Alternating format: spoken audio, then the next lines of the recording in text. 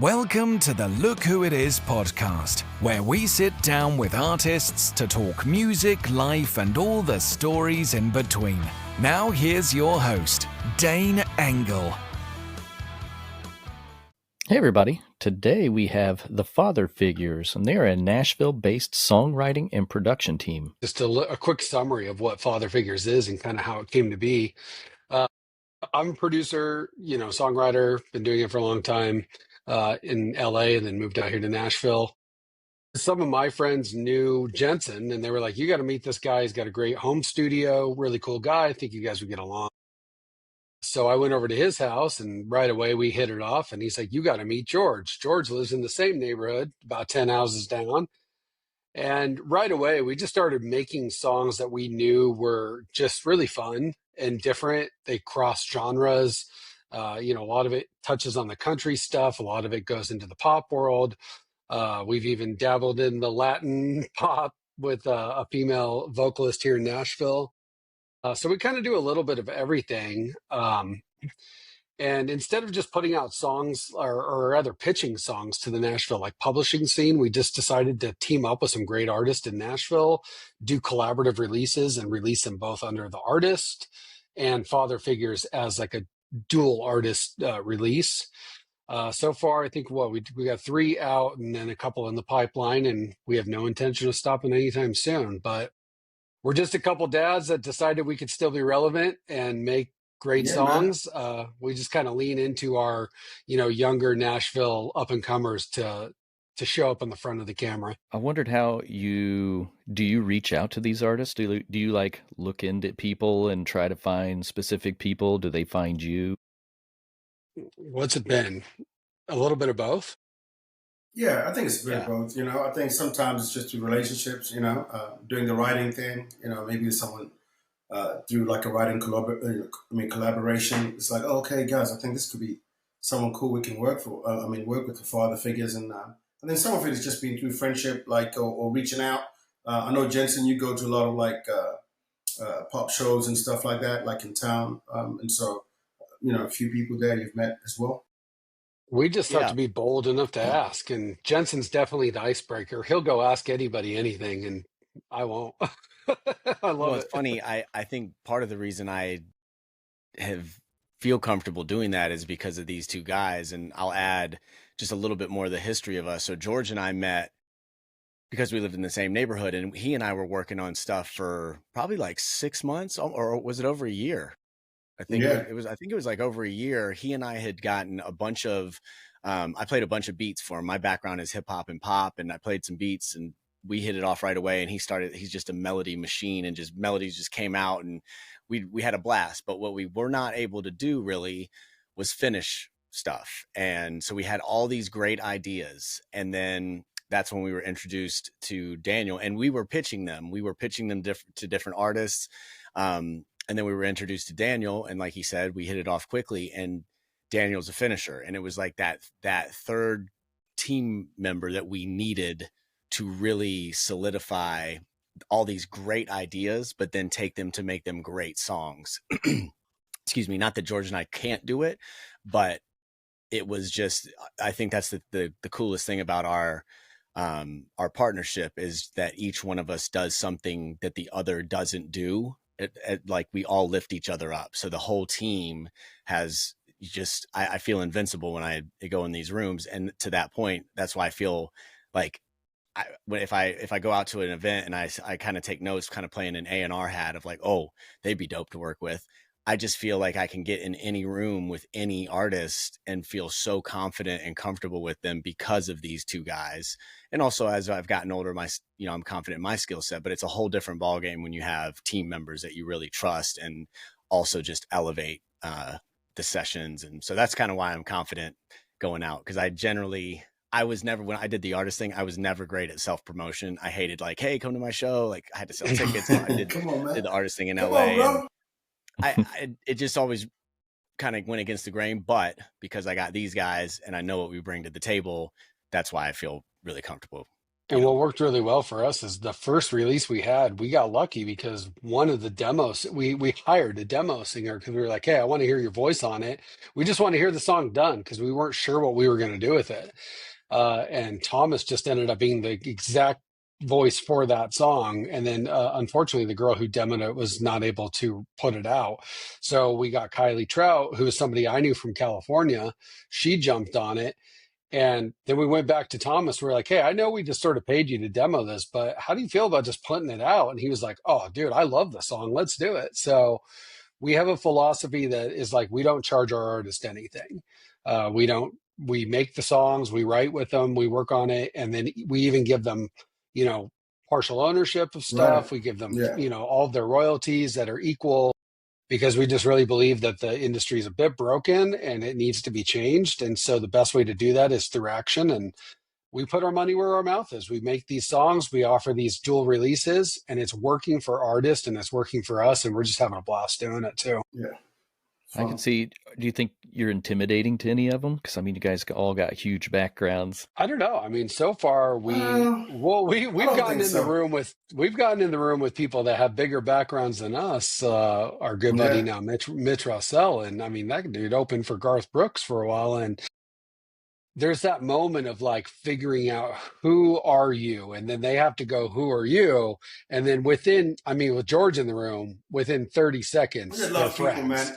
They're family. They're family, right away. Yeah, it's people. Music is about people, right? And connecting with people. We all, if there's one thing that can put us on the same page, doesn't matter where you're from, what your story has been. When we get in the room with people and you just share stories, it's pretty cool. You know what I mean? And it's life, and we talk music, and then songs come out of there. So it's just about trying to connect with people on a real level. I think that's the environment we want to create. And if they're intimidated, and if they're intimidated at first, they're not within 10 minutes of being in the room. Like we just break down those walls. Like I think that's what we got really good at, is just breaking down those walls right away and being like, this is a great space for you to be in. Just hang out. Be one of us, just and be you. It's worked. Yeah, just be you for sure. Yeah, it's cool. Because we all know what it's like, right? In those rooms, the egos, they can be intense, man. We've all been in those rooms. So, great question. It's true. It can be intimidating.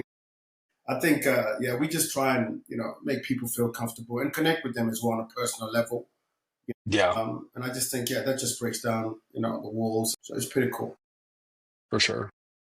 So at a point do you find somebody to bring in? Do you already have an idea before you bring them in, or do you find somebody first and then start from zero? We've done a few different things. The last session we had with Celeste Kellogg, Daniel asked me to come up with just some loops, some drum loops, just to get things going. And one of them, it was like two different styles. One was like a trap hip hop thing. Another one was kind of like a stomp clap upbeat thing. And the stomp clap upbeat thing ended up being the genesis of the song that day. But there's also, we wrote with, like he said, with Mitch Russell, and that was just from scratch. So I think it can kind of go any way. I like having we also obviously do a deep dive on the catalog and listen to what the artist is doing. And sometimes ask them, usually it's day of, though. Honestly, I've kind of gotten into that. I used to want to have more knowledge before the session, and then I think again, I like being prepared. I'm absolutely one of those people that likes being prepared. But I think going back to what I already said, being redundant, is that with these two guys, I don't feel that I need to be as prepared, because we can just off the cuff and on the fly get something going. And we've just gotten some really genuine positive feedback with the artists that we've written with, excuse me, and produced for, just that in the room we're creating a vibe that makes them feel comfortable. We already said it, but it's like the authenticity of their true selves, like as their true selves as an artist. We seem to have kind of an effortless knack of bringing that out of artists. And I don't say that lightly, because it's super important. But I think it's just kind of, we come from such diverse musical backgrounds, like really touching almost every single genre. And we're like, do whatever you want. We don't care. There's no box to be We're put probably in. the only And people that do that. We're the only people that go be whoever you want genre wise. Genre doesn't exist to us. And they're in It's Nashville, fun. they're just not used to that. They're used to being put in a box that says you are like a country artist or you are a country pop artist. And they're like, well, I love country and I love pop, but I really love Lionel Richie. And you're like, okay, well, then how do we sprinkle that in? And how do we figure out how to like bring out the parts that you love about other music? And but for us to really do that, there's no other way to go into the room except for starting from scratch, because if we get too far ahead of ourselves, they might not even like the starter. So it's all kind of for Yeah, nothing at that yeah, point. yeah, Luckily for us, yeah. though, the first three songs we put out were all songs that Jensen and George had already started the beat, and then I came in and worked with lyrics on them. So those songs were already kind of in motion when I joined, and then we have a few more that we're now being like, okay, let's start from ground zero and see where it goes. So we're excited equally about both of them. So have you ever had any artists that you tried to work with but then decided not to? No drama at all here. None. Hey man, no, we don't. Agree. There's no drama here. We don't do No, that no. drama, people. Man, I think I that we mean, could just say yeah, that. So we make plans sometimes and God laughs because things don't always go as planned, and that's okay. It's the music business. There's a lot of hands involved in everything that we do, yeah. And I mean, especially on the I artist guess side. as well. Yeah, and it's not about forcing something, right? Everybody has a vibe that they're about, and I guess for us, it's about trying to work with people that, where we're all on the same page. We're all trying to do the same thing. We're all trying to write great songs. We're all trying to be successful in what we do, enjoy what we do, love what we do. And so I guess, yeah, sometimes it just doesn't vibe like that, and that's okay. I think, you're not going to have best friends everywhere. But sometimes when it clicks, And so it's just about following that natural course, I think, when And something is working, it's working. And there's a lot of artists here, man. So it's like there's no yeah, time for egos and drama. And yeah, so when things just don't work out, we're like, thank you. I hope everything goes really well for yeah, you. Like we wish nothing but the best for you. And it just, we part ways. Where it just didn't work. But I'd say we're on probably, we're close to batting 1,000 because maybe one out of now 7, 8, 9, 10 that we've worked with. It's like and not even bad. Great experience overall. Just didn't work out in the long yeah, run for yeah, release strategies and timing. And I guess that's more yeah, what it is. It's never like a yeah. personal thing. It's like a timing Personal, issue. no. Like, are they Yeah, yeah, ready yeah. to like do this thing yet? And they weren't. So it's all good with us. Like, so yeah, I mean, really, I think that we're just trying to remain like as flexible and easygoing as possible. A lot of the genreless stuff, though, I mean, it's kind of what you're pushing towards. Do you feel like it hurts you at all, though? We've had that conversation, I think. I mean, we've definitely talked about it. And I think that it's weird now because you go into like the country genre and you have somebody like Ernest who one day makes a borderline hip hop sounding song and then the next day like a grassroots country song. And you're like, well, is he only allowed to do that because he's Ernest and people know who he is? Or Morgan Wallen, like, is that really country or is that pop music? With like Yeah, more of a country, topic. So genres are blending anyway. And so I yeah. think It's we just have to be willing to like be creative and push the boundaries. But it's like one foot in the box, one foot out of the box. yeah. I mean, because just going back, I remember, people always writing to briefs and everything, and it's always interesting, you get this briefs like back in the day, and then the songs that are always picked are nothing like what people are writing for briefs. You know what I mean? So there's that Yeah. kind of lesson that I think sometimes it's just about being open and being creative and thinking, okay, where can we go? What's new? What can we mix in? And I feel, um, I think that's what's special about old school music. Like, you know what I mean? Like, I feel like, we look at the 80s, there's just so many cross things happening and so many different sounds and different artists doing collaborations. And so I just think like there's something special about that. And I think Nashville is not used to that yet a little bit. I think it's, that's what's kind of breaking the mold with that. Coming from the UK, it's a little bit more open like that because everything is like in one pot. all different kind of genres. You know, dance music. One day you work on a dance song. You know, you're in with the hip hop band, you're in with the rock band. You know what I mean? So you just everything's just in one part.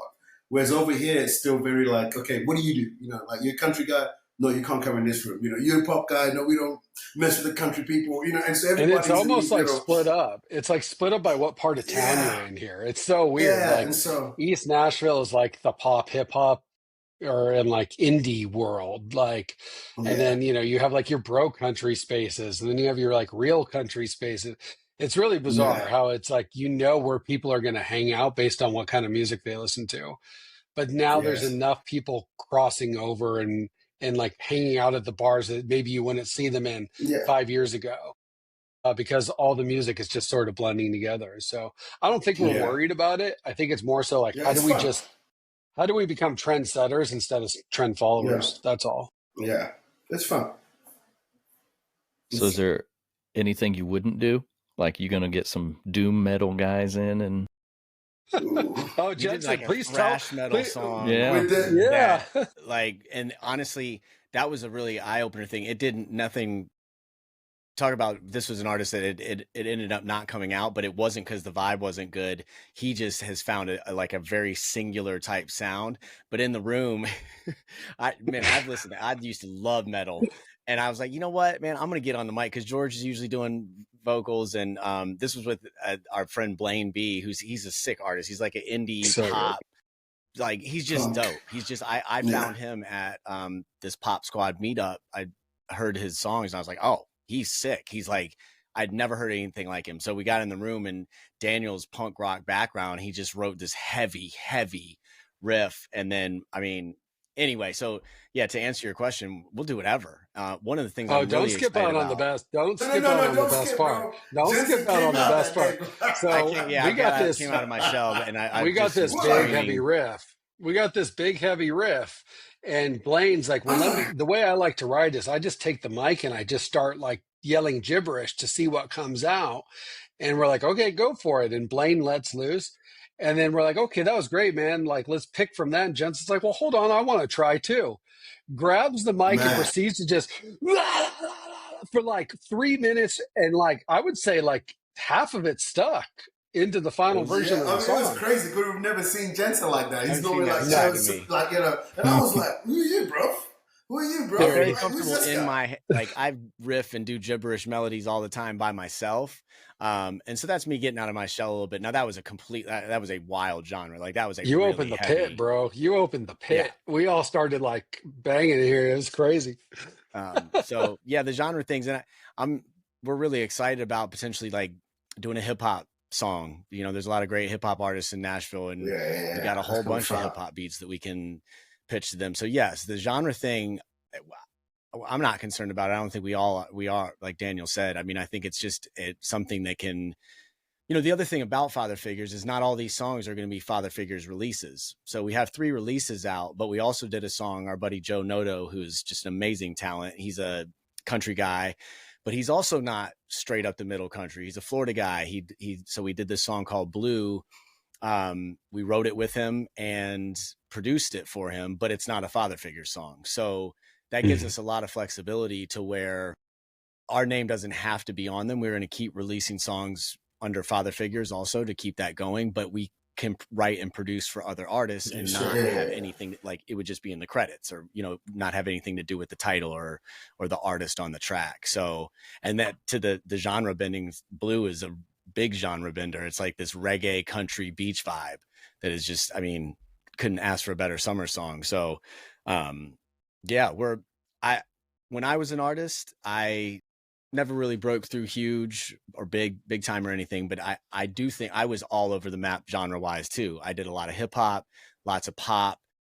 I had heavy guitar. Like I was all over the place. And I do think for me, it might've limited me, Dane, like you said, it's hard to kind of latch on Find your to space. if they're not established yet. But I think it's different with us because for one, we don't care. Like I don't care anymore about, we're just trying to write great songs and put them out. I guess I'm less attached to the result now. I think that's wisdom coming in our older age and like more focused on the artists that we're working with. The process too, the process yeah. of doing is amazing. Yeah. So it's like almost like a production company, but you have a lot of influence on the song and guidance with it. Yeah, I mean, we've talked pretty candidly about just being able to be like a production company or essentially like a mini record label where it's like, there's only so much we could take on because it's just three of us and we're creatives. I understand the business really well. And I've always been somebody that's really passionate about record labels and making the music industry a little bit more of an equitable place because artists at this point in where we're at with streaming just aren't making enough money. And I don't think it's because necessarily that they're just not trying. I think there's a lot of noise. You need to learn how to like rise above all the noise. You need to have strategies. You need to have partners. You need to have collaborators. You just need to have an army behind you at this point. And as long as you as the artist are willing to show up and do the things you're supposed to do, you're going to succeed. You're going to be fine with other people lifting you up. So part of this whole thing for us is almost just like testing that theory is can we lift artists above the noise just by one, making more creative noise different than what everybody else is doing, but two, leveraging the fact that there are now three plus the artists plus, the musicians we have play on it, like bringing this whole sense of community behind this artist, lifting them up and seeing if maybe that gives them a little bit of a competitive advantage overall. I think there's something really neat about the dual releases that we do because then algorithmically it hits a little bit different on Spotify. Something that might not get playlisted for them might get playlisted for us because we're consistently releasing and maybe theirs is a little more scattered. So just sort of leveraging our consistency, our knowledge, our team, our people that we've known for years, just all of our resources with people that we genuinely believe can make it just based on their talent. And then just, seeing if that hard work pays off at some point. And if it doesn't, we're just going to have fun in the meantime. So like saturation is crazy with so many independents now on Spotify and getting found in that. I think a lot of them turn to social media, but now I feel like even the social media is so saturated that it's hard to even get found there. To find an artist today is so hard that if it's not in some pre-made playlist or something on Spotify or shows up on your For You page 800 times. And we just try to think that like, if we pick the right artists and the right people and we give them the right songs, then if the only thing that's missing is money, like marketing money, then that's the piece that we end up figuring out is, okay, well, how much will $10,000 propel this song into enough people's like line of sight that they'll actually be able to latch on to it?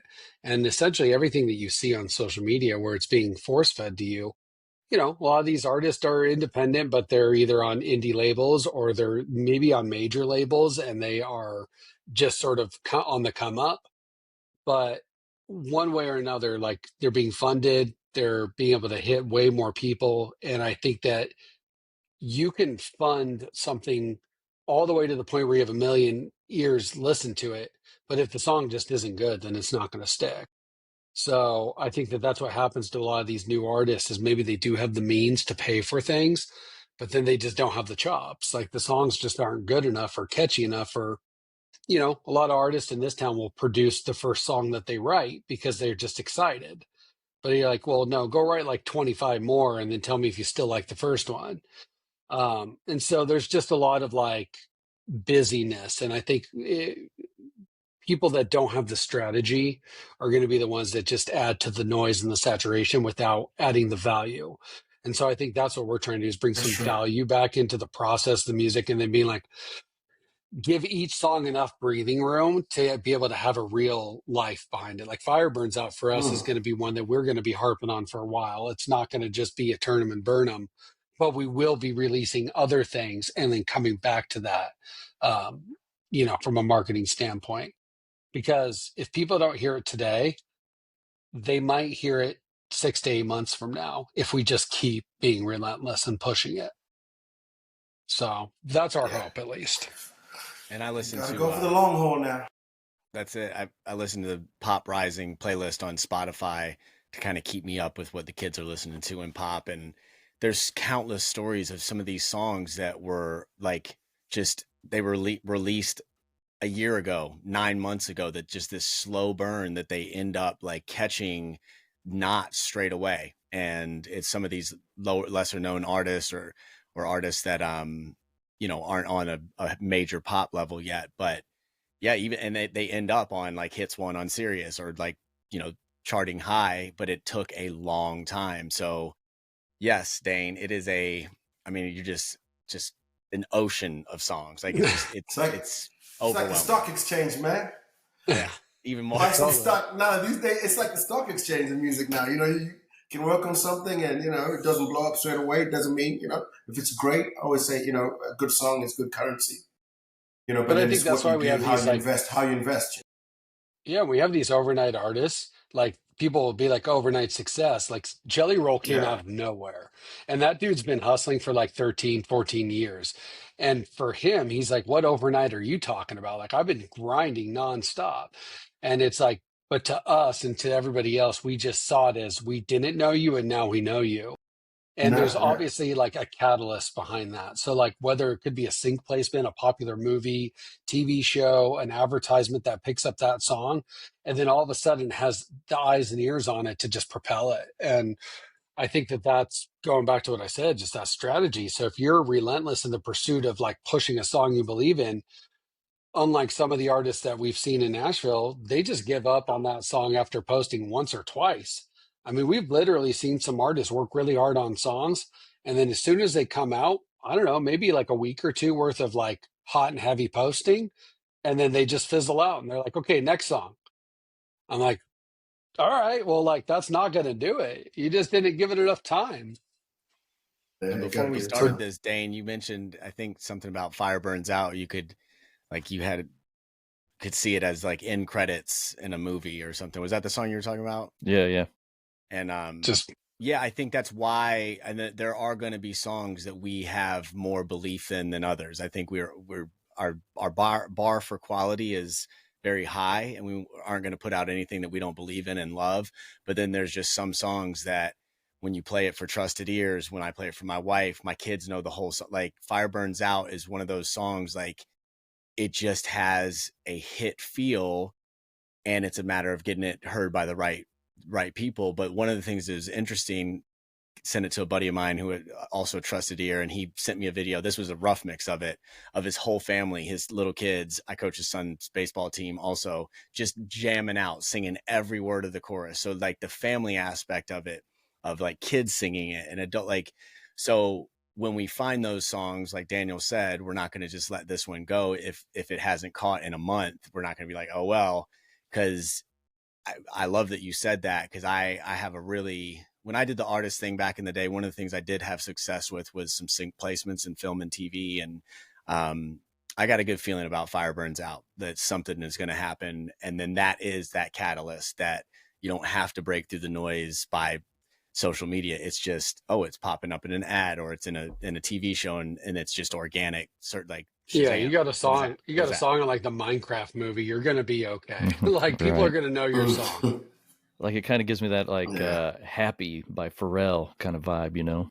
It's got that Love it. pop influence, yeah, and we're all about the Feel positivity. good. George brings the party to every song, right? Like he's the positive, Man, happy one. you gotta enjoy life, man. You gotta. Yeah, no, it's good, man. People just want some songs to lift them up as well. Something just Yeah, enjoyable. But yeah, we just and that's part of it, right?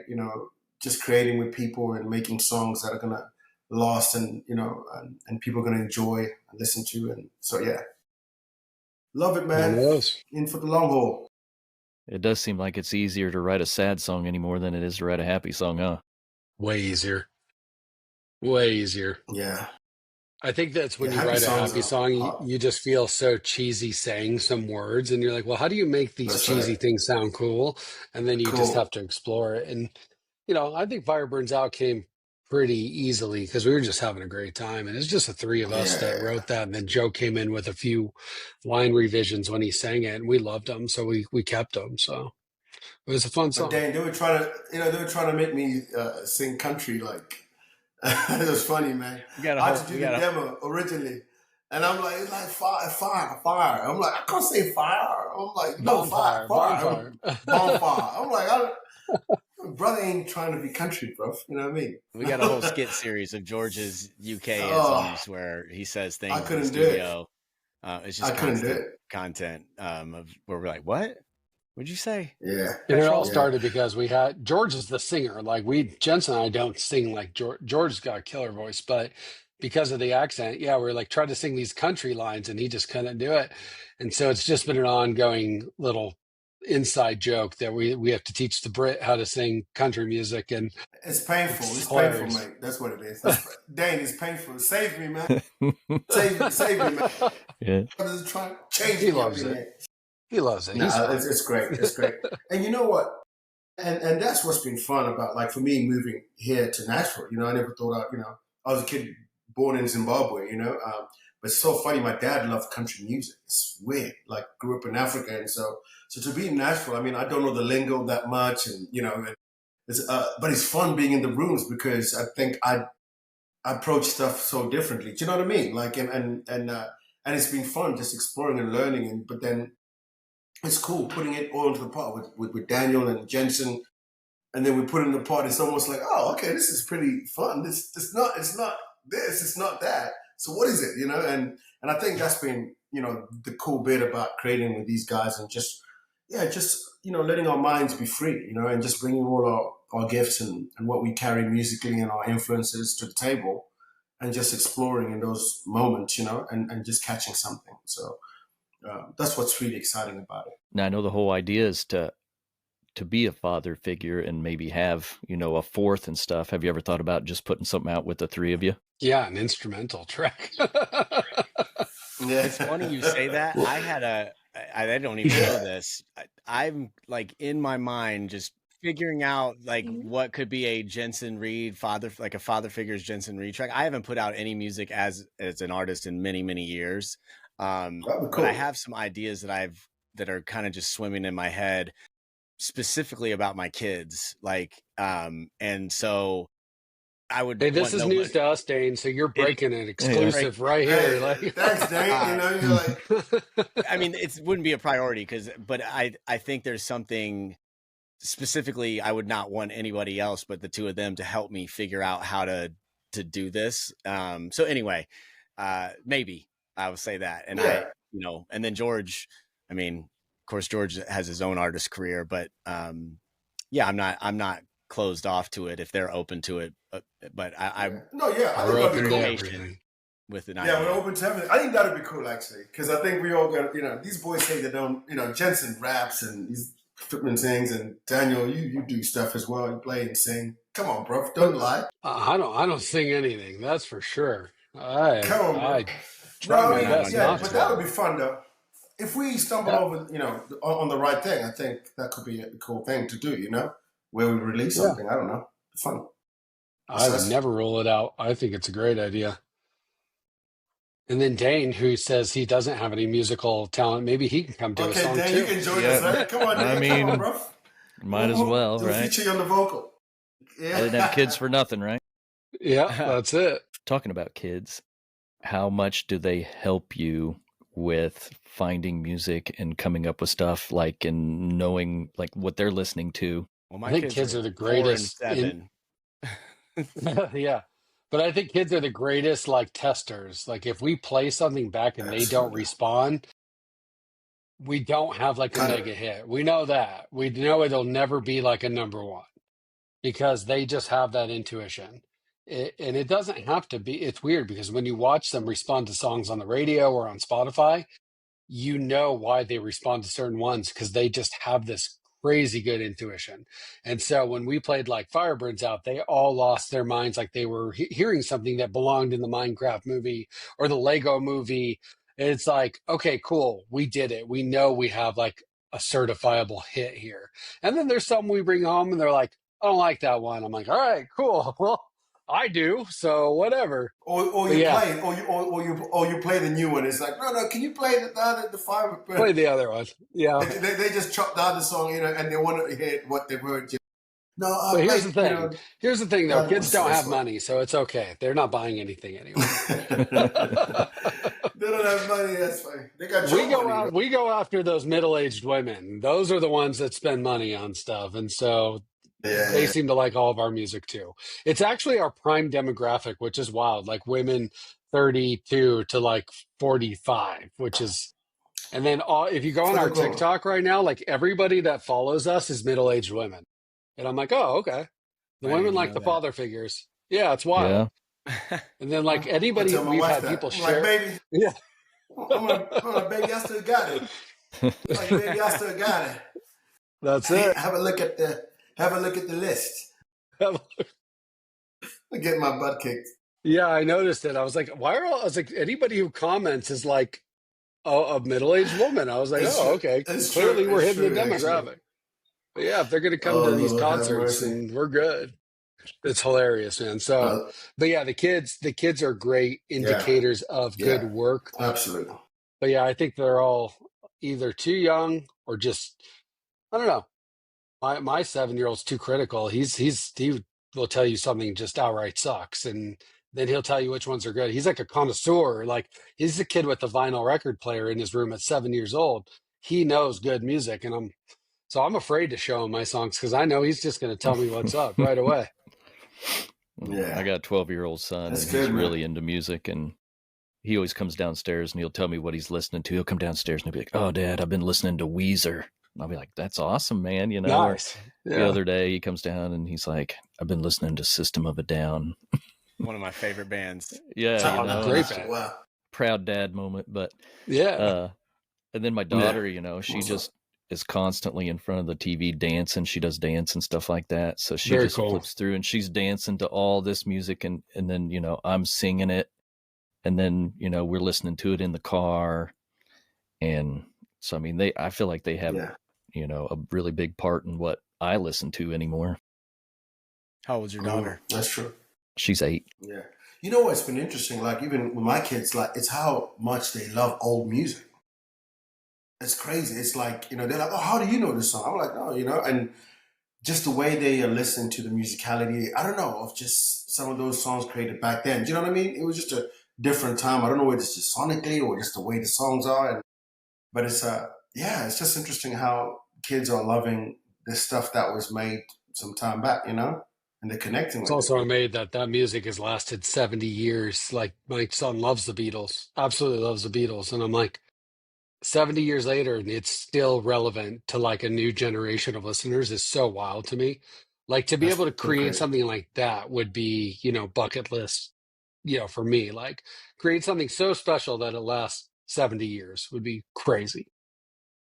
Yeah. And on a slightly lower pedestal than the Beatles, because I love the Beatles. I played the Beatles exclusively for my son Braxton for 9 months in a row when he was a baby. I just played the Beatles nonstop, hoping that he would, by osmosis, just have the greatest songs ever. But I went to a Page High School football game last year, and I was blown away that nearly every song that was playing in the student section knew every word.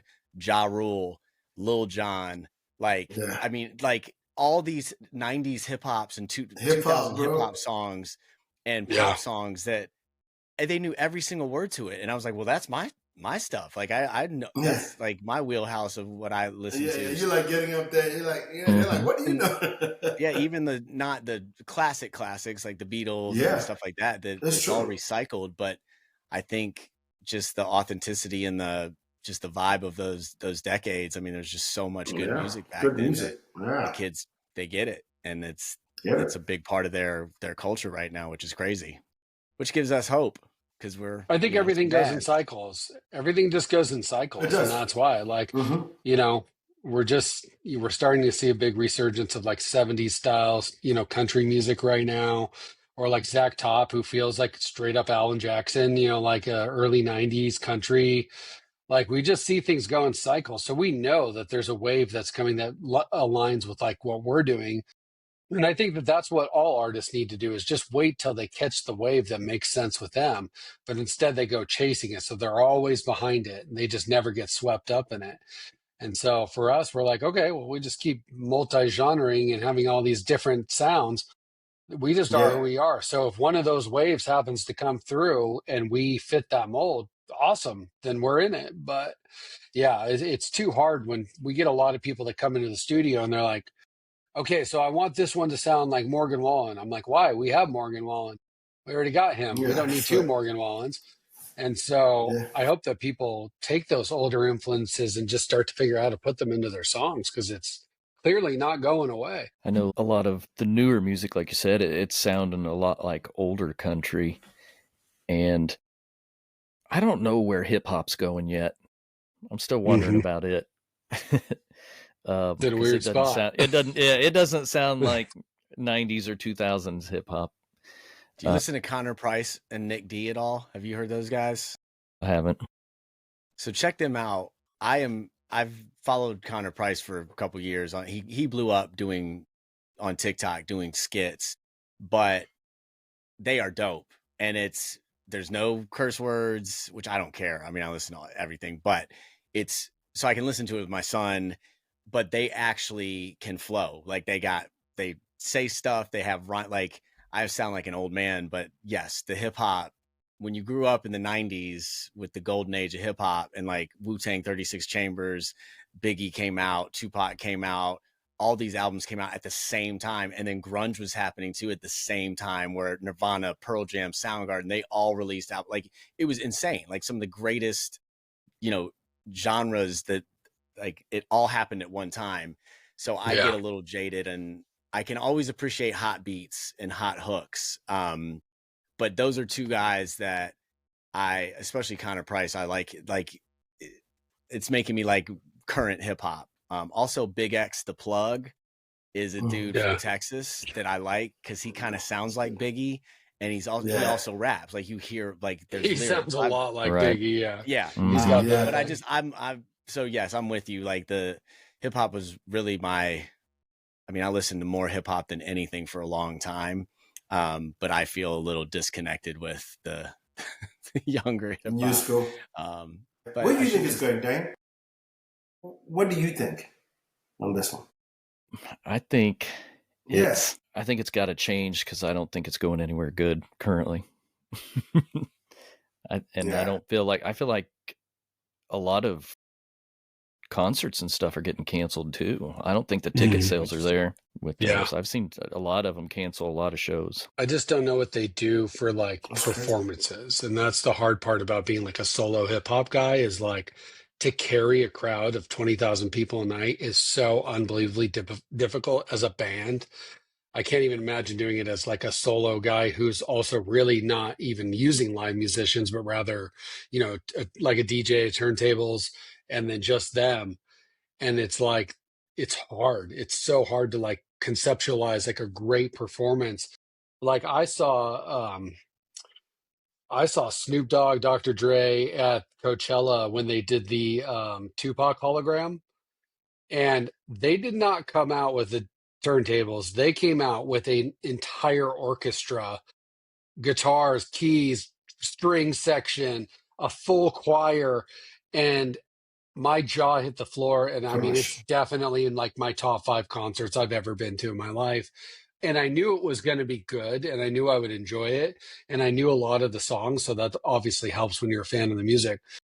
But to see the showmanship is what put it into a whole new level of like, I don't know, I guess just like the value again. We're back to that, which is like, if I show up to your show at $180 a ticket, well, I better see something really amazing. And if I go the next day and I'm not talking about it, or all of my TikTok posts about it look like it's boring, well, people aren't going to buy tickets to the next show. I mean, Chris Brown's playing right now, and that dude's flying around stadiums. Like literally, they're putting him on a string and flying him around like a rag doll. It's the weirdest thing. But hey, if that's what gets him, that's the video I'm seeing. And so clearly people are like, this is exciting to watch. So yeah, he's killing it. But the hip hop music scene in general is like, if country is saturated and pop is saturated, hip hop is like, they are suffocating. There is no Yeah. room left in that tank, and it's because everybody is doing it. Those guys will release like 30 songs a week. I mean, they'll go into a studio overnight and bust out 2 records. And I'm like, I've been producing for a long time, and I would always have the hip hop guys hit me up and be like, "Hey, can I come in at 11?" I'm like, "11's great, man." They're like, 11 p.m. And I'm like, "No, I'm close. Like, I can't do that." And they would just stay from 11 p.m. till 7 o'clock in the morning, but they would come out with a record or two. So that volume of music per artist, plus the amount of artists there are, I think hip hop Noise. solely dominates the amount of upload like the volume is probably 90% hip hop, if not more. I'll listen to Rap Caviar on Yeah, Spotify sometimes and just sure. go through there. And I don't know how it's maybe like the 100 songs or something on there, you know, and there's a few, and a lot of them might be older artists that have come out with new songs and stuff like that. But I can't even keep track of all the new artists. I mean, I'm not saying it might be my age too, but We are not the demo. Right, that is for sure. It's like four old dudes. Well, not old, but you know what I'm saying? Like You can say it, man. I feel old. I mean, I feel Say like it, bro. Say I'm it, in bro. touch with I'm in touch with the Oh, pop world, gosh. but yeah, the hip hop world. I don't even want to, pretend like I That's know right. what's going on in current hip I hop. don't know. But you know what's crazy is the I don't know. the Listen. highest stream song of all time is done by 2 guys. One who everybody knows, and that's Post Malone, and the other guy is Sway Lee, who I couldn't tell you one other title. But that's the song Sunflower. Like, they did that. It went on the Spider-Man soundtrack, and it became the most streamed song. It's like several billion streams. I think it hit almost 10 billion streams. Like, that Yes, is unheard of. And so, like, but that's crazy that like this sort of independent like hip hop guy at that point gets on this track with Post Malone. But like, I don't know anybody else that like on the street that could just tell me another Sway Lee song. Yeah, I just looked it up because I was trying to. He was in a group. Ray He's in a group. Strummond. Right. Oh, okay. Ray Yeah, I don't know. Strummond. Anyway, yeah, but you're right. He's like, no, I don't know any more of his songs. But yeah, it's a lot of noise. I know part of them is a duo, but I couldn't tell you their individual names from that. Yeah, which is wild. I mean, so, but talk about some very good luck right there, just getting on that cut. That dude doesn't need to do anything else. Like, he's good now. He can just enjoy the ride. You need a little 10 bit of billion luck with streams. music, man. You need luck. Yeah, Sometimes you you just don't. You need a little bit of luck. You're right there, you know. Sometimes just gotta line. Yeah. So you got more songs coming out? So yeah, we're working on a couple alt versions of Fire Burns Out, because we feel like if we make some remixes, George had his buddy out in Germany do like a dance remix of it. Very We're in cool. the middle of working on a female version of it with our friend Celeste Kellogg. I mean, we're just trying to do different things with this song to make sure that it stays relevant. So for now, that's the focus, because the holidays are also a really tough time to put out new original songs. So as we get into the holidays, we might focus on maybe doing some covers with some artists, just like reimagine some covers, and then just prep songs for like, March or April of 2026. Christmas remix for it? Firebirds Out Christmas Ooh. remix. You got it. Yeah, throw some jingle bells on that, dude. Call it a Yeah, day. man. Oh yeah. That's pretty cool. Put some sleigh bells on that thing.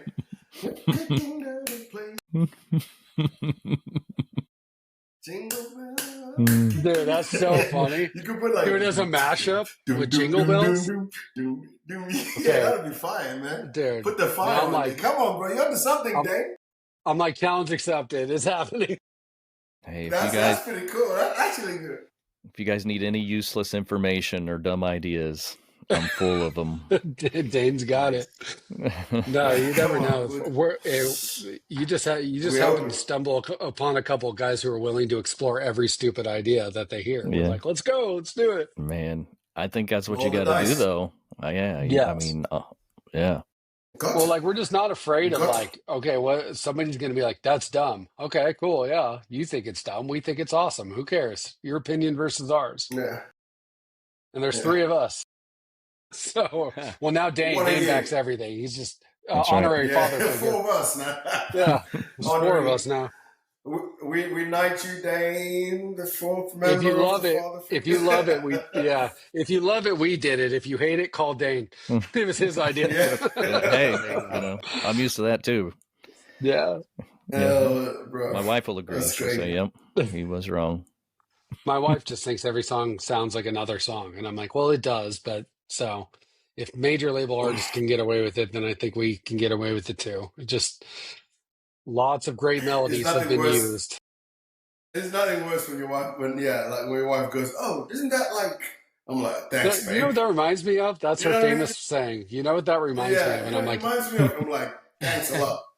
it reminds you of nothing. However, she never said that with Fire Burns Out because it actually is like fresh melodies, like it's the rhythm, the cadence, all of it. It's like kind of new. I couldn't pinpoint it to like an exact, there was nothing it reminded me of, and she didn't say it. Yeah, So, maybe we did something good there. And then sometimes she'll yeah. cry, and you're like, oh, we really did it. She's crying in a good way. Like I've had her like maybe in That's my good. whole career, probably 2 or 3 thousand songs. And I think maybe three times she's just like starts crying. She's like, "This is the best song you've ever done." And I'm like, What song "All is right, that then? that's real." Because she's a hard ass. She won't just tell me that. She'll make sure I know that it's either good or not good. But yeah, so That's cool. so there's been at least three Neither. good songs I've done in my entire career, according to my wife. I haven't made. Well, my wife hasn't cried. Oh, George, step it up. Yeah, yet. Let's Yet. make it cry, Yet. fellas. Come on. I cannot Yeah. imagine Jensen's Well, wife crying either. She's like, no, no, no. No, it's hard for me to even get her to listen to music because she's always working. She'll just like, "You want me to play something for you?" She's like, "Yeah." It's like, you're not even listening. You're Yeah, working. you're like, She come works on on. her phone, so You're like, give me 2 minutes and 57 seconds of your undivided attention. yeah. And I'll look back and she's Of no, she's a supporter. She supports, course. but no, she She's has not cried. she's of liking all your course. stuff, isn't she? She's getting on there, liking all your social media posts, and Yeah, she's posted. And, She's a She did beast. skit when it with comes you to- though. She did no, skit with you. she's That's saying a lot. So she shut Oh up yeah, and yeah, did a yeah. little. No, she's she a extremely boss. supportive. I don't want to twist it any other way. Not at She a all. She's boss, bro. great. Always She a boss. she's She a a boss. boss. My wife's the business boss. So Yeah, she a boss, man. She's on that grind. so who For controls real, your man. social media accounts? We put in a system, and I think it's working really well for the first time because we didn't really know any rhyme or reason. We got a buddy out in the UK. His name's Ryan. He helps us sort of like strategize and like talk about things. And I've known Ryan for a long time. Great dude. So he sort of helps make sure that we keep things organized. But then we just said, hey, we're going to post 6 nights a week because we're going to show all these younger artists that like we can even show up 6 nights a week and post. And so we just each took 2 nights a week, and that's our responsibility, 2 nights a week. And Sundays we don't post, and because they weren't performing well anyway, so it didn't really matter. Sunday was a dead social media day. And so we just have like batches of stuff that's either halfway done or like somewhat edited. We just keep throwing more footage. We did a big filming content day last week at Jensen's house, and what are these artists maybe don't know is like it literally takes like 2 hours to shoot enough content to last you the whole month, like easily. It does not take that long if you don't overthink it. And so we just have a bunch of stuff to pull from. We put in the text, we put in the tags, and it's up, maybe 10 to 15 minutes of each of our time to get it going. And so far it's working. And our goal right now is just be consistent. It's not to like reimagine the way social media works. It's just to like show up every night. And Yeah. we've seen it over now 3 weeks where people start to go, oh man, you guys have been hustling. I see you every night. Like they'll come to my house for sessions like, man, Fireburn's out a great song. And I'm like, people are listening. They are getting the content fed to them and they are seeing it frequently. So I know it's working. And so we just have to keep going with it. Stay Yeah, the I think course. consistency is huge. Yeah, I think that's more important than anything else. Just if you say you're going to show up 3 days a week, show up 3 days a week. If you're going to do it 5 days a week, do it 5 days a week. Just So the algorithms start to just latch onto you and go, okay, you're reliable. And I know that those like Instagram and TikTok algorithms, they're going to honor reliability because they need creators that are providing content. So do the same thing for 6 months and you're going to see a drastic improvement in your socials and your engagement. And, you just got to play ball. It's just like Spotify. You want to dominate Spotify, upload songs as much as possible, because then Spotify goes, okay, you're a reliable source of music. We're going to start adding you to playlist if it's good, or we're going to start, algorithmically pushing it. And so I've seen it happen. That's why consistency and just being in front of everybody at all times is going to push you way ahead of all the noise. Speaking about algorithms, I think it's pretty funny because I'll have a bluegrass artist on, and then I'll get a lot of messages from a lot of bluegrass artists, and they'll be like, hey, I seen all your stuff. And then I'll have a rock artist on, and then I'll get a bunch of messages from rock artists. Hey, I see you have a podcast. And then it feeds it very specifically. And even like the age demographic is my age range of people. So a lot of people that message me, you guys look much younger than the demographic that I usually get, but you can't be much older than us. I'm just teasing. No, you can't be, bro. Well, yeah, but you came across our feed and I was like, oh, this is cool. Like, and then when you said like, you're looking for more people, I'm like, let's do this. I think it's important to like, these like podcasts, like showing up. I think that also has a lot to do with like SEO as well. Like we're going to show up now because of being on your podcast. You're going to show up because we're going to be promoting things. And it's just that synergy that makes the world go round. That's right. And I've noticed a lot of musicians, they post their songs, but they don't post themselves. Like they're promoting their song, promote the song, but they don't know who's behind the song. It's hard. That's why we do the skits once in a while, to like let people know that we're actually human and that we want to do funny things, and like we're, who we are as dads, and like we do all that stuff once in a while to like just break the monotony of just the songs over and over. Yeah. And we'd like to do the skits more often, but they're a little bit more time consuming to like write something funny and cut it all together. Like with comedy skits, like timing is so important. And if you edit it wrong, it's not funny anymore. And so luckily we got like, I don't know, 3 or 4 of them that are really funny, and people are always commenting on those. So if we could do them more often, we would.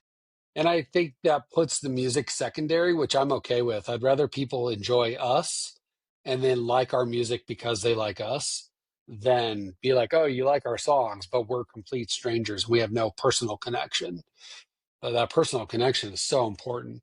I think people that listen to Taylor Swift songs think that she's their best friend. You know what I mean? They feel that, and that's wild. I get a lot of people message me that are AI bands, or people who write music but don't sing or play the music. It's all AI. And that kind of goes back to there's nobody behind it, really. Yeah, we've had the AI debate, and I don't know, man. Like I've talked to so many people in this town, writers, producers, and the jury is out on this one. Nobody really knows what to make of it. People who 100% use AI to write it, produce it, release it, promote it. It seems to be that there's a pretty bad stigma around that.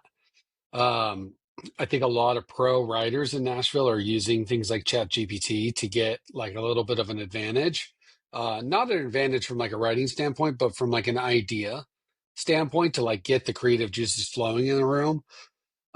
Personally, I think the problem with that is everybody's going to start coming out with the same song, because AI is vanilla. It's going to keep feeding people the same titles versions of the same titles. And then finally, it's like, it could be an amazing tool. It can be an absolutely incredible tool for inspiration, to get good ideas, to like hear things come to life when you're not quite sure if they're worth spending the time on yet. But I think at the end of the day, as long as there are people who want to stand on a stage and be singers, there's always going to have to be human music, because if there's no person attached to it, then everybody who wants to aspire to be a pop star or rock star, their dreams will be squashed by, computers that can't perform on stage. Unless, of course, it's Yeah. Tupac hologram, and then we're all screwed. Yeah. But I think it's going to have to run its course, though. I feel like it's going to have to run its course. You know what I mean? But I think ultimately, I think people will go back and, that personal connection. I think that's why live shows are amazing, I mean, I saw somewhere where people are taking credit now to go see live shows.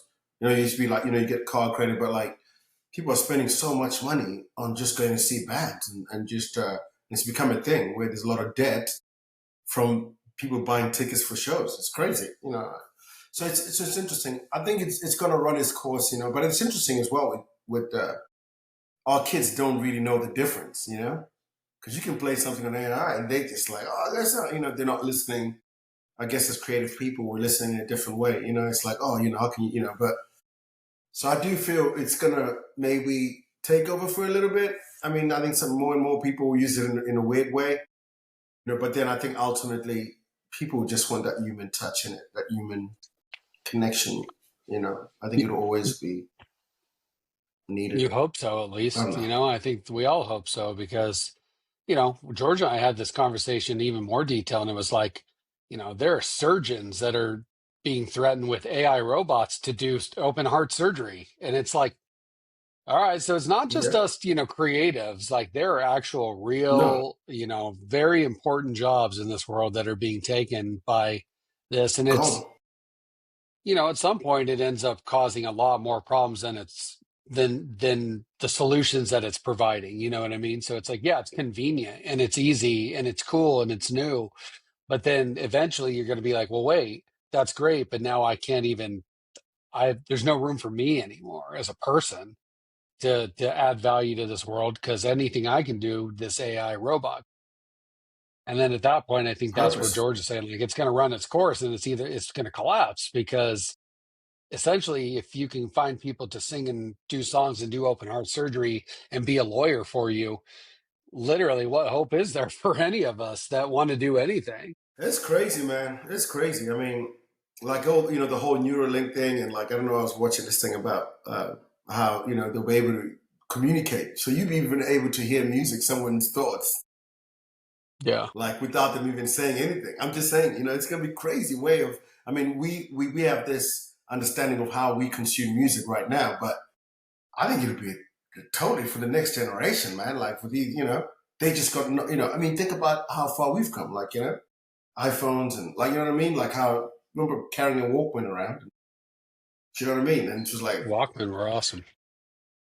Do you know what I'm saying? I mean, they're great, but I'm just saying though, like, and now it's like, no, it's just like, Alexa, play, I don't even, my kids just don't even, so I'm just trying to think like, wow, where's it going to be? Like, people just like you could order, like you could order food just by talking to your device and it comes to your door. It's incredible, but I don't know, maybe that's the old man in us. Taylor Swift is releasing cassette versions of her album because there's a big demand for tactile, to your point, George. For real. Yeah. It's like that nostalgic, feel and so. Yeah. Let's get us back to that burn CDs days. We'll be in business, man. That's burning a couple CDs out of your CD-ROM. That's right. Yeah. But then unfortunately nothing plays those anymore. Yeah, we're in the middle of cassette and that. And then we're still having the biggest vinyl resurgence ever. Like, I mean, vinyl is crushing it right now. But I think that's where the hope is that people are naturally missing something to hold in their hand and then listen to. And man, do you remember used to being like so obsessed with like album artwork and the pages and listening from start to back. And who wrote what, who produced what. Yeah, and just to be excited. I knew it was him. I knew this guy wrote it or produced it, It's like, people don't do that. Well, these kids don't know Blockbuster, and that's where they gone wrong. Blockbuster was a staple of our childhood. Gosh, oh my gosh, they fell off. There's one left in the whole world. There's one Blockbuster left in the world, and I went to it 2 years ago. It's so funny. Oregon? Where is it? Oregon somewhere? Sad. Yeah. And now they It's gonna come treat it back. like a Blockbuster, like just a shrine to Blockbuster. It's amazing. I think my Blockbuster's a pet food store now. Sounds about right. Mhm. That's sad, bro. I still see it, go by it, and I'm like, man. Yeah. The good old days. I used to go Pizza the Hut good and old days. Blockbuster, man. Pizza Just Hut Pizza and Hut and yeah, oh Blockbuster. man. You get Friday your, nights. Gosh, bro, Too you funny. load him up. That was Well, amazing. I'm glad we can DVDs. totally date ourselves on your podcast here. This is amazing. On brand. That's awesome. On brand. What about your very first CD? You remember what your very first CD was? Gosh. What mine might have been, no doubt, Tragic Kingdom. I was born and raised in Anaheim, and so it was like a big deal. So I think as far as like something I actually bought by myself, that was probably one of them. I really like Boys to Men too, in the CD era. Love Boys to Men, so good. Yeah, so I knew I I think had mine those was two Phil CDs at Collins. one point. I think mine was Phil Collins. I love Phil. Do you remember Jensen? I don't. He's like, I have no idea. I got Probably all just Aerosmith I have was the mine. booklets. I got the booklets with all like the binders, the zip binders with all the Yeah, not the jewel cases, but the album art booklet. yeah. and Do you still have CDs. them? Mm-hmm. And everyone's like, "Why do Do you you still still have have them? those?" I was like, "I'm not getting How those." come mine? And I have a I'm- ridiculous collection. Bro, That's amazing. cool. Touch. I love it. You I said got yours mine, was bro. I got Aerosmith, mine. Dane? Yeah, Aerosmith. Can't go wrong Woo. with Aerosmith. Nice. I got it for Christmas, and I got to open one gift early, and I opened the CD before I got the CD player. So I just had this CD all night. Like, can't wait till tomorrow. Hopefully, I get a CD player. That's awesome. Aerosmith, That's so man. funny. Woo. I remember one time too, I got like a Nintendo game and I didn't have a Nintendo yet. And I was like, okay, what am I supposed to do with this? And, me at like 9 was like not Torture. even thinking, maybe I'll get a Nintendo the next day. Like maybe somebody had thought this one through. That's Did the you? best part about being a parent now, is being able to do those sorts of things and like, make your kids just light up when you do something real cool like that. So Yeah. I'm gonna go tomorrow and buy them a CD collection. Yeah. There you go. They'll be like, what do I do with this? Yeah. If you What can do I even do find a this? What is CD, this? Yeah, that's you'd true. have to go to you'd have to go to a Matt, secondhand shop. So Do you know wild. what I do now? Like, I go to Goodwill's. And actually, I've been buying CDs from Goodwill's. Like, I've just been going to buy all these random, like, old records, and I just collect them. My wife thinks I'm crazy. Well, what's crazy is that in Nashville, if you go to if you go to any Goodwill in Nashville, they put out like new vinyls that they receive like every like Wednesday and Friday mornings. There's like 20 people there waiting because they know that in this town with such a big there's so many people who have had music collections, especially vinyls. They pass away and then people don't know what to do with them and they give them away to Goodwill. And so like the vinyl collections at the Goodwill in Nashville could be like gold every time they put them out. So like a line of people show up to see what gets put out. And That's some people crazy. might also have some rare, super rare vinyls that end up getting put on the shelf of the Goodwill here in this town. Man, I bought a whole bunch of, like, there's a little town called Eagleville. Mm-hmm. You know that little Eagleville? Yeah. And they've got, like, these, like, second-hand shops of selling, crazy stuff in there. But they had some vinyl. I don't even know half the artists, but I just bought the vinyl. It was like these old records. It just looked cool. I looked at the cover. I was like, maybe he looks cool. Like, she looks cool. Like, this, and I haven't even listened to it. So I'm just going to one day, pour myself a little scotch and listen to this crazy music that I've got no idea what it is. That's amazing. Yeah, we have a lot of antique shops around here that sell tons of vinyl, but it's like 50s and 60s. You're lucky if you find anything 70s or newer in there. Yeah. It's awesome. That's crazy. Music, man. Love it. We got the bug, fellas. We got the bug. Got the parasite. I just find it weird that I don't Co- listen to I don't listen to music as much as I used to because we're making it all the time. So it's a little bit weird. Like when I'm done with work for the day, I'm like, I'm gonna listen to like a podcast or I'm gonna watch a movie or something. But it's like it's so hard for me to now just like dive back into like just enjoying records, which is a little bit weird about the whole thing. But maybe I'll join you for that scotch Come and on. listen to Do you some know what weird I've been stuff. doing?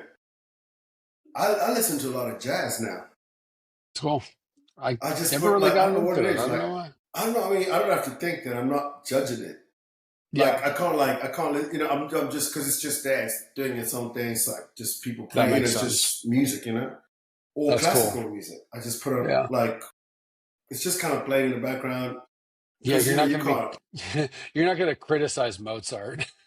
You're no, not you're going to not be going like, to like, you're like, what is he playing? What melody is that? But there's just something about listening to that just in the background, I'm not even really listening to it. I'm just like, but it's just there. It's pretty relaxing. that's I do cool. that I with guess I like like I'm that. lo-fi inspiring beats. sometimes. Lo-fi beats. Yeah, Yeah, that's it. Yeah. that's cool. Or synth wave. I like synth wave. Like if I'm just doing some, data That's entry cool. work and just sitting there, put it in the background. Because if it has words, then I'm going to focus and try to sing along, and I get sidetracked. So Yeah, Yeah, that makes sense. That's cool, man. that makes sense. Right on. That's great. I always ask everybody this. I ask each one of you individually, what is your end goal with music? This is my height of what I wanted. What would that be for you? I'll let you guys go first. That's a tough one. I know. And I mean, for me, I mean, I'm a kid who grew up in, like I said, in Zimbabwe, and so just going anywhere, and even like, I mean, I didn't grow up with music, it was so essentially even to be able to do it. It was like taboo in my country, you know what I mean, to actually even think about it as a career and stuff.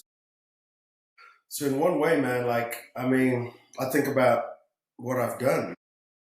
I mean, it's taken me so many places. I've got to travel the world with it. I got to live on three continents. And being everywhere. And so I think there's a lot I feel grateful for already that like I've done. But I mean, I always think about like I'd love to be a part of something that wins like a Grammy. You know, like not necessarily maybe I've written a song but just be a part of that team that did something like that. Because as a kid, I always dreamt about that. I'm like, so why not? And when I think about what I used to dream, we used to dream about jumping on a plane. I got seven brothers. We would never go. We didn't have any money, and my dream was just to jump on a plane and go to America or go to UK and stuff, and done all that. And that dream was impossible. So, man, yeah, maybe to win something, just be recognized for a piece of this art, that people loved, and and just recognized, and yeah, be part of that. So something like that. I still think I want to win a Grammy. I To do want to so. win a Grammy too. Let's Yeah. go. I think for me, really a piece of it is finding these two guys because I feel like it's the best music I've ever been a part of. And then having that team in place, then just really trying to focus on the process. And although Grammys are nice or would be nice, just Yeah. working with artists, like I get a lot of fulfillment out of working with artists. And so I think through their success, playing a role in somebody's success like that, I think maybe that's similar to what George is talking about, like being a part of the team that helped an artist break or win a Grammy or something like that is a great Yeah. goal. But yeah, I've been at it my whole life too, and you know, this is the best music I've ever made, so I'm leaning into that and making sure that I'm grateful for that, for these two guys and what we're doing, and then I think the rest will take care of itself because we've got some good momentum going. I just want to hold a Grammy. You need to take it home. No, I think it's our goals are very much in alignment. I think that mine has always gone sometimes even beyond the creative and more so down to the fact that I just want to make sure that like people have the ability to create music for a living for a long time because, I'm see a lot of like people talk bad about Spotify and the royalty rates and the streaming rates. And I'm like, that lights a fire in me to say something about like, you have to love what you do so much that you just don't stop doing it. And the money is like not the focus. Like none of the things that we're talking about are the focus of why we do what we do, but rather the product of just relentlessly showing up. And I'm going to say it's selfish. We are so selfish to show up every day and just keep doing the thing we love while the whole world does really, really difficult things. We show up and play instruments and sing songs and have fun and joke around and film content. And we get to do that because we just happen to be really, really exceptional at what we do. But more so, I think we keep being allowed to do it because we care so much about people. We care that we are not the only ones that hold the Grammy, but at the end of the day, there will be a bunch of people that we've helped hold their own. It goes so much bigger and farther beyond what we want to do. And so for me, it's like, Jimmy Iovine is like my hero, like this, like you founded Interscope Records and responsible for some of the greatest records we've ever heard. But the goal is like, you don't cultivate a business, you cultivate a community, and then a business becomes part of that. And then it grows beyond something you can even comprehend. And it's bigger than even one person. And even if you can pinpoint that down to one person being responsible for the, lighting the match, it still took, a whole lot of gasoline to keep it burning. And so for me, I just want to see, I want to light the match and just see what happens with the rest of it. That's great, man. Nice. That's good. I did find you guys very intriguing, and I was excited to have you on. I was really interested in knowing this whole thing that you got going on with you and then with another artist, and of course your name, and then what that meant with what you're doing. So I think you're doing the right thing. I think people are going to be interested, and I think you'll be getting out there with that. Yeah, man. Let us know when this all goes out. We're going to be sharing this podcast and letting people know about you as well, because like I said, that's synergy, man. Yeah. That's what does it. So if you even want to take it and make your own edits and whatnot and send out, definitely. Just send me $1 a post. That's all I ask. A cup of coffee a day. You bet, man. Cup of coffee a day. We're all about it. And yeah, whenever you're in town and you got some free time, hit us up, man. Yeah. We're always down for a hang. Always down for coffee. Yeah, come to it. All right. Come to it. Yeah. Heck yeah. I'll stop by, drop off my kids, and me and the wife will go out. That's a good one. You got it, man. That's how it goes. Well, thanks a lot, man. We really appreciate it. This is a lot of fun. Yeah. Thank you so much, man. Yeah. Great to meet you, man. Appreciate it. It's a little bit different out here. No color, no $10